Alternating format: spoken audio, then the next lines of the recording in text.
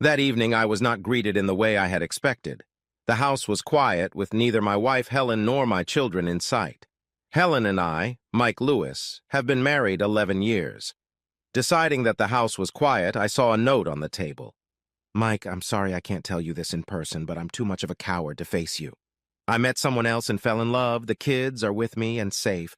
The divorce papers are in the envelope under this note. As you can see, I'm not asking for anything." Helen, needless to say, my day and my life went down the drain in a matter of minutes. I was thrashing around the kitchen, cursing, going through the divorce papers, and finally collapsing into a chair. Helen was leaving me the house and all our money, taking only clothes for herself and the kids, plus their toys. The item that really pissed me off was the last one.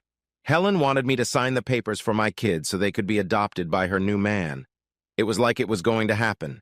At least it let me know who Helen had left me for. Henry Carslake. I called my soon-to-be ex-wife. "Hey, Mike." "Screw hi, Mike. What the hell is going on, Helen?" "Like I said in my note, I met someone else and fell in love with him." "Yeah, of course you did. No one just leaves a marriage and sleeps with a guy. At least it lets me know you two slept together. I just hope it wasn't in our bed." "No, please stop swearing and act civilized," Helen replied. "Civilized? To hell with civilized. You can divorce and stay with the asshole, but I'm not putting my kids up for adoption. Tell Mr. Big Shit he can go to hell." I hung up the phone. After showering and changing, I went out to eat, as cooking in my mood was undesirable. The food was okay, after which I decided to hit the bar and have a couple drinks. Considering today had gone to shit, I figured I was due that much. The man my wife left me for was the owner of Carslake Construction Company. I'd done some work for his company in the past, but that was about to change. My friend Paul spotted me at the bar. "I don't see you around here very often, Mike.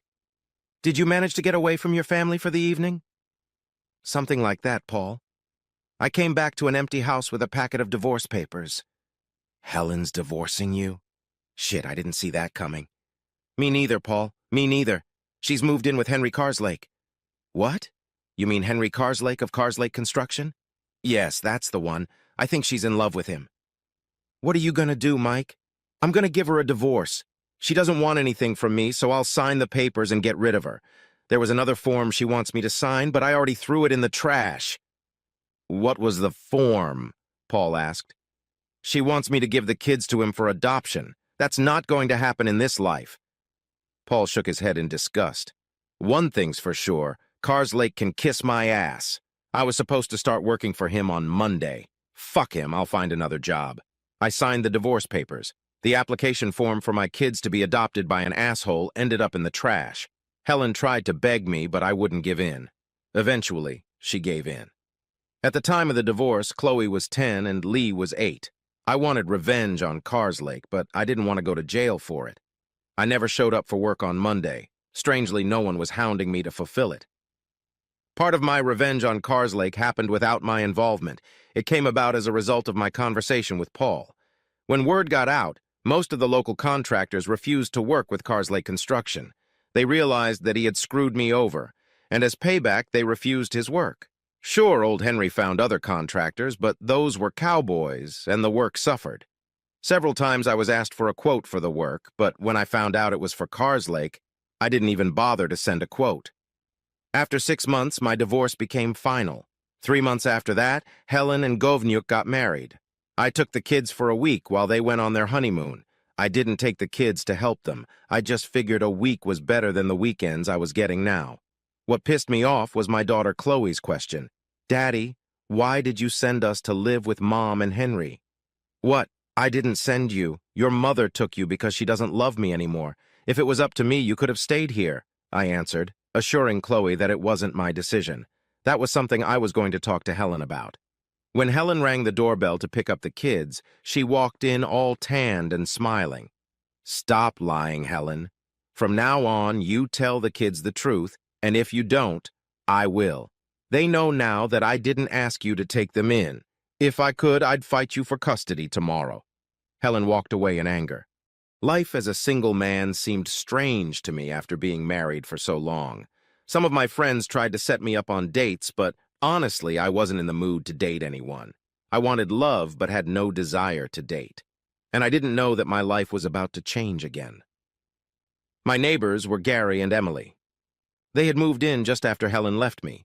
Their house was a bargain for them as it needed a lot of work. Emily worked as a secretary. Gary had recently retired from the army. We got along well and they seemed like a nice couple. When we saw each other, they chatted with me. Tragedy struck when Gary collapsed at work. Paramedics and a doctor arrived within 10 minutes. Gary was pronounced dead at the scene. The autopsy showed that Gary died from a subdural hematoma. Emily was distraught and alone. I offered her some friendly sympathy. Gary's parents were dead. Emily's parents were on vacation in Europe.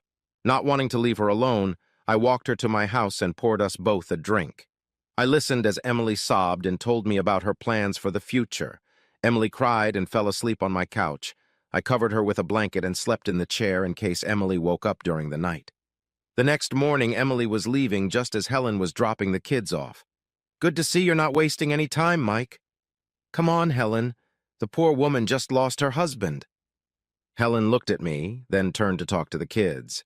Later that day, I explained to them why Emily was leaving the house. Chloe looked sad, and I don't think Lee got it right. Emily asked me to attend Gary's funeral, which I did. In the UK, all mortgages have to be insured, and thankfully Emily won't be left destitute. This was faint consolation given that she had lost her husband. Emily's parents returned from Europe and both spoke to me after the funeral.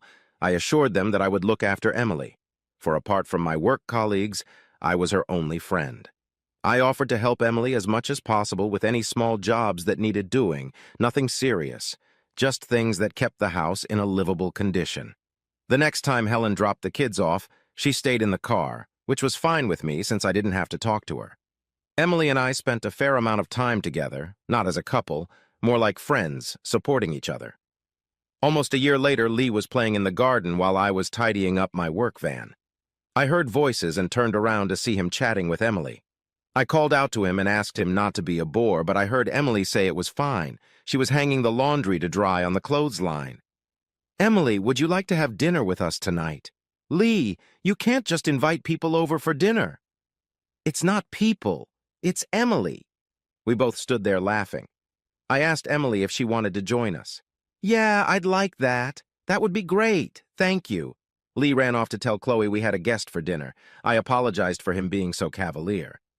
Emily helped me make dinner, and it was obvious that she was pretty skilled in the kitchen. Emily helped me clean up after dinner and sat with us for a while before heading home. "Thanks for dinner, Mike. I really enjoyed it. Thanks for accepting the invitation." I hugged Emily goodbye and watched her walk towards her house. When I heard the locking of her door, I walked back into the house. "She's really cute, Dad. Emily is your girlfriend?" Chloe asked me with a smile. "No, Emily is just a friend and neighbor," I answered. "But I thought it would be nice if she was my girlfriend. I just kept the thought from the kids." Sunday afternoon, Helen picked up the kids. I knew they would tell her about Emily joining us for dinner, and I wasn't wrong. The next time Helen picked up the kids, she paid special attention by asking about Emily. "Not that it's any of your business, but Emily is just a friend. Besides, you left me for an asshole, so why are you worried about me?" "I'm not worried, Mike. Just asking, that's all." "Yeah, well, you got what you wanted. What I do is none of your business." "I didn't get everything I wanted." "No, you didn't. If you mean I'm going to let a jerk adopt kids, forget it. It's not going to happen, so you might as well get used to it." "I was just thinking." "No, Helen, you weren't thinking.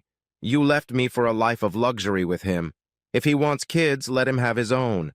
That man took my wife and ruined my marriage. There's no way he can adopt those children, never." Helen pouted and walked home. I smiled, knowing I had pissed her off.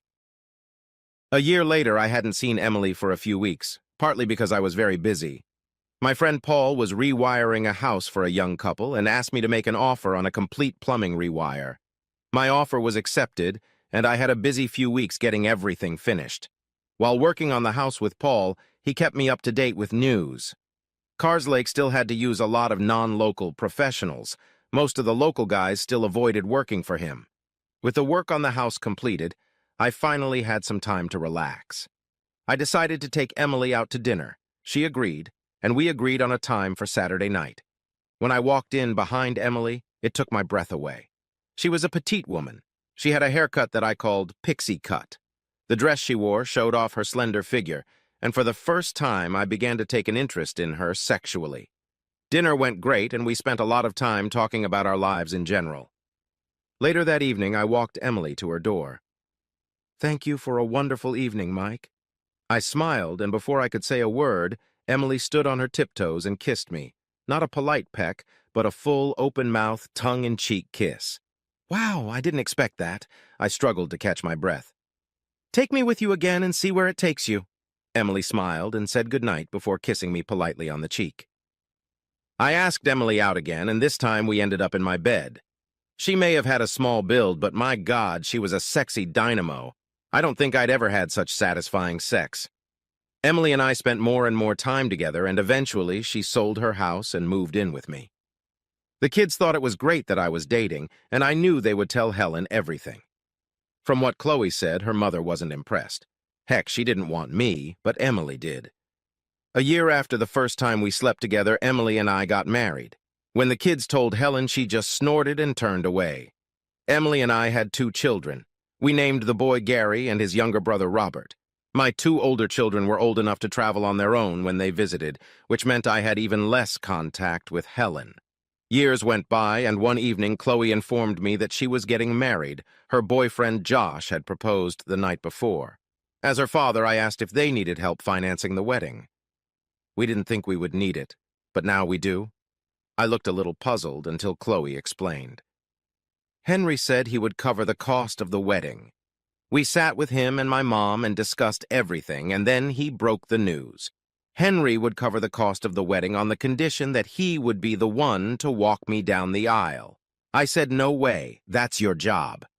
And Henry said he wasn't going to contribute to the cost. Chloe was clearly upset. I was angry at Carslake for pulling a stunt like that. Emily asked if she could talk to me alone, and we went out into the garden. "Mike, we have what's left of the money from the sale of my house in the bank. Please use it to cover your expenses. Chloe deserves it." "I know, Emily, but it's your money. I can't ask you to spend it on Chloe." "Yes, you can. Now go tell that poor girl that we'll cover it." Chloe jumped for joy when I told her the news. We agreed on a budget, and everything they wanted came in under budget. The next day, Chloe phoned me to let me know that Henry was furious, and obviously Helen wasn't happy either. One afternoon, we were sitting in the garden when Lee turned up unannounced. He said he needed to leave because he was tired of listening to his mother and Henry arguing. "Are they still arguing about the wedding?" Emily asked. "No, it's something else. As far as I can tell, Henry isn't doing his bedroom duties." I burst out laughing. I was pleased that Helen had dumped me for someone who can't fulfill his duties when it matters. "The walls in the house are as thin as paper, Dad. I can hear them at night. I think Mom is tired of Henry not doing well in bed." We laughed about the situation while drinking beer. Lee stayed the night at our house to avoid a fight at home. On Chloe and Josh's wedding day, Helen wasn't happy. Chloe told her that she and Henry would sit behind Emily and me. The church service went off without a problem. I agreed to have Helen sit at the top table at the reception. Henry, on the other hand, sat with Emily, Robert, Gary, and Lee. When all the speeches had been made, the caterers removed several tables to make room for dancing. The first dance was started by Josh and Chloe. They were joined by Emily and I, as well as Helen and Henry.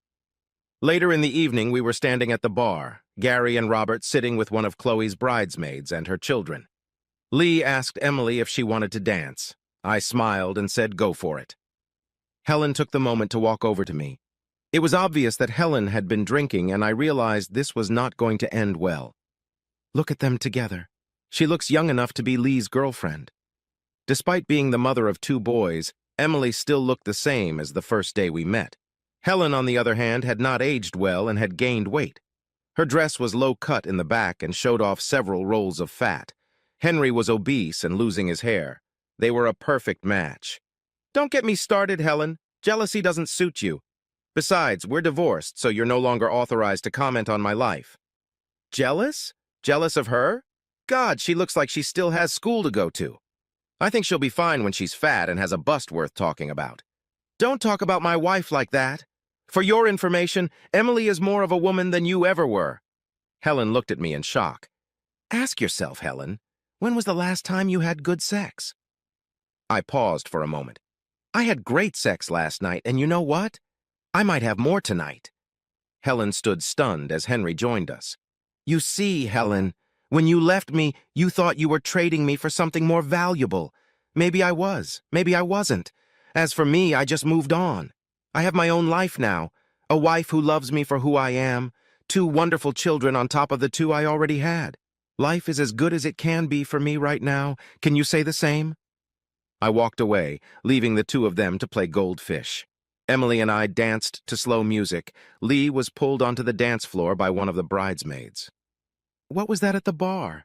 Emily whispered as we danced. Kiss me, I'll tell you later. We kissed, and I knew Helen was watching us. When we broke the kiss, I smiled at Helen. She turned away and ordered another drink. Oh yes, I had definitely moved on.